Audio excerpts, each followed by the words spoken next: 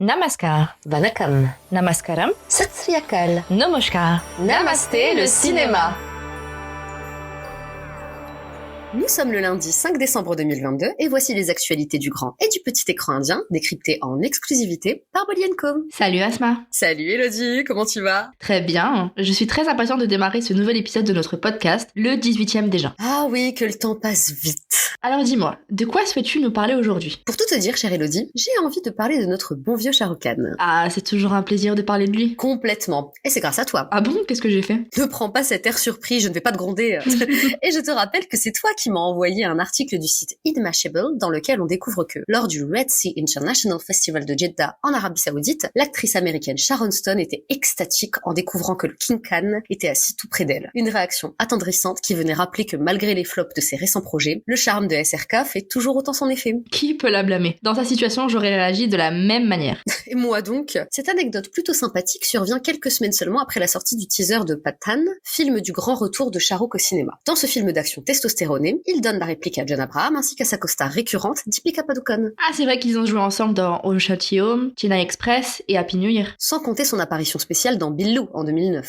En tout cas, chez Bolly & Co, le visionnage de cette vidéo-annonce nous a laissé quelque peu pantoises. Parce qu'après plus de 4 ans d'hiatus, voir le Batcha de Bollywood revenir avec une grosse machine d'action à l'américaine, c'est forcément décevant. Oui, c'est sûr qu'en voyant les premières images de voitures qui vrombissent, de bourre-pif ciselés au scalpel et d'explosions qui font de gros booms, on ne s'attend pas à voir le nouveau Swades. Tu as tout résumé. Alors on peut se dire que les beats de ces derniers projets, associés au contexte actuel de plus en plus compliqué pour les stars de Bollywood, a peut-être convaincu SRK de se la jouer safe. D'autant qu'il n'y a pas de mal à jouer de temps à autre dans un bon gros blockbuster qui tâche. Oui, enfin, s'il y a bien un acteur qui peut se permettre de prendre davantage de risques, c'est bien lui, non? Alors oui et non. Parce qu'en un sens, tu as raison. On peut considérer qu'avec la carrière monumentale du bonhomme, il a l'assise et le statut qui lui permettent d'aller dans des directions nouvelles et de surprendre. Un peu à la manière d'Amitabh Bachchan ou du regretté Rishi Kapoor, qui avait laissé les rôles de jeunes premiers aux autres pour se dépasser dans des projets intéressants. Mais d'un autre côté, je pense que Shah Rukh a surtout envie de renouer avec le succès. Et s'il y a un film indépendant ou un drame humaniste, ce n'est plus ce que le public réclame. Aucun acteur de sa génération ne peut se vanter d'avoir une fanbase aussi fidèle et aussi passionnée que celle de Shah Rukh Khan. Et son public attend depuis si longtemps que le comédien a sans doute voulu leur en mettre plein la vue en leur livrant du grand spectacle. Peut-être, mais du coup, rien de nouveau à l'horizon? Nouveau pour Shah Rukh en tout cas, car Pathan s'inscrira dans un univers étendu, le Yash Raj Films Spy Universe, initié en 2012 avec le blockbuster Ecto Tiger, puis enrichi notamment par le sympathique War, sorti en 2019. C'est la nouvelle mode, ça. Après l'univers étendu de la comédie d'horreur de Dinesh Vijay, l'univers du flic énervé de Rohit Chitty, on a celui des espions. Est-ce que t'as pas l'impression qu'il cherche à faire comme à Hollywood? Je ne sais pas, mais ce qui est sûr, c'est qu'on sent que le cinéma hindi se cherche, tente désespérément de trouver la recette qui leur permettra de redevenir concurrentiel. Et si finalement, la réponse résidait dans la création d'univers étendus? Pour ma part, j'ai de sérieux doutes. Et franchement, j'aimerais me réveiller un jour dans un monde où Bollywood ne cherche plus à picorer dans les plats des autres, mais à cuisiner ses propres recettes. Oh, la belle allégorie.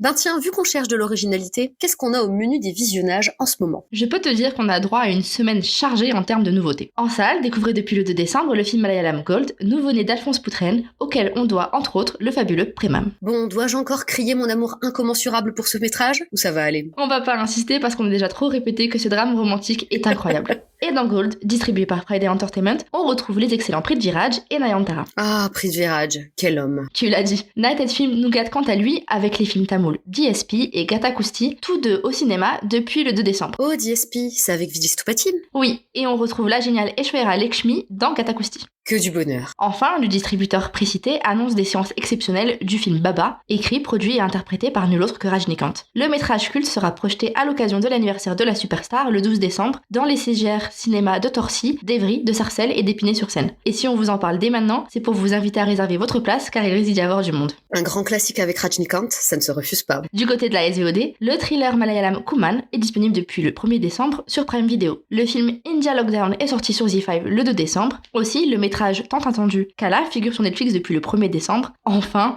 vous pouvez découvrir la nouvelle série Vadandi The Fable of Eloni depuis le 2 décembre sur Prime Video. Que de visionnages exaltants à programmer. D'ailleurs, quel projet à venir pourrait me faire autant saliver? Attends, je tiens quelque chose. Je t'explique. J'ai appris que le génial acteur malayalam Prithviraj allait donner la réplique à l'une de tes actrices préférées, Kajol. Quoi? Alors j'ai crié il y a quelques minutes mon admiration pour lui, et ensuite j'apprends ça? Je savais que ça te ferait cet effet.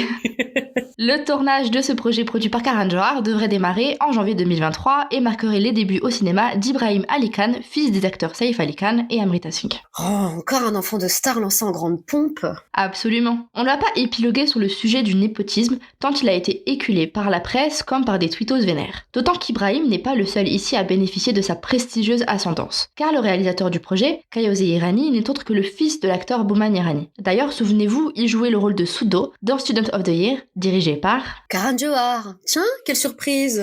Ce qui me questionne un peu plus, c'est vraiment le fonctionnement en vase clos du producteur qui entretient l'entre-soi puisqu'il avait également signé l'un des films qui ont lancé la grande sœur d'Ibrahim, Sarah Ali Khan. C'était Simba, c'est ça? Exactement. Et je ne vous apprends rien en rappelant que Kajol a longtemps été l'une des collaboratrices de prédilection de Karan, pour lequel elle a travaillé sur Kuchu Kuchu Hotahe, La famille indienne ou encore My Name is Khan. La vraie surprise de cette annonce vient donc de Prithviraj, acteur monumental qui a fait le sel de sa carrière au Kerala, avec quelques participations à des films indies, notamment dans Aya avec Rani Mukherjee ou Aurangzeb avec Arjun Kapoor. C'est presque à se demander ce qu'il fout là. Alors soyons clairs, je suis ravie de le retrouver à Bollywood tant il est excellent. Mais je me demande ce qui a pu guider Karan Johar dans un tel choix. L'intérêt grandissant que porte le public au star dravidiennes? Dans cette démarche, il aurait été plus logique de solliciter un acteur des industries Telugu ou Kannada en pleine ascension depuis quelque temps. Certes, mais je me dis que Prithviraj adore aller là où on ne l'attend pas. Sur une année, il est capable de jouer dans des œuvres diamétralement opposées. Rien que cette semaine, il est à l'affiche de la comédie Gold, comme tu l'as dit plus tôt, mais je l'ai récemment vu dans un autre film sorti il y a quelques mois sur Netflix, le thriller judiciaire Jana Gana Mana. Et comme toujours, l'acteur arrive à nous surprendre. Et je me dis que cette nouvelle opportunité à Bollywood est une énième occasion pour l'acteur d'aller dans une direction nouvelle et de travailler avec des gens qui n'ont rien à voir avec ses collègues de Hollywood. Peut-être même de nous prouver que dans un film flamboyant, tape à l'œil et ouvertement commercial, il saura tirer son épingle du jeu. J'avoue que ce projet me fait envie. Kayose avait dirigé l'un des courts-métrages de Règle de 3 et j'avais trouvé le résultat très réussi. La question que je me pose, c'est la place que tiendra Prithviraj dans le film. Est-ce que justement Karan ne va pas vouloir mettre en avant Ibrahim dans le projet de son lancement à Bollywood? Seul l'avenir nous le dira.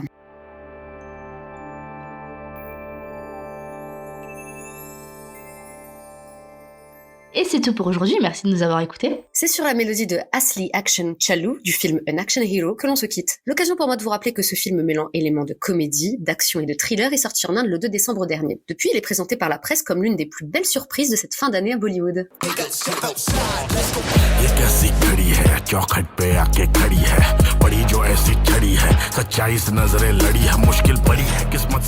Si vous aimez Namasté le cinéma, n'hésitez pas à nous soutenir en partageant massivement le podcast autour de vous. Et si vous avez des suggestions à nous faire ou des messages à nous transmettre, vous pouvez nous contacter par mail ou sur bolienco.fr. Nous serons ravis de vous lire. On se retrouve lundi prochain avec plus d'infos. Bonne semaine à tous. Et surtout, n'oubliez pas, Namasté le cinéma.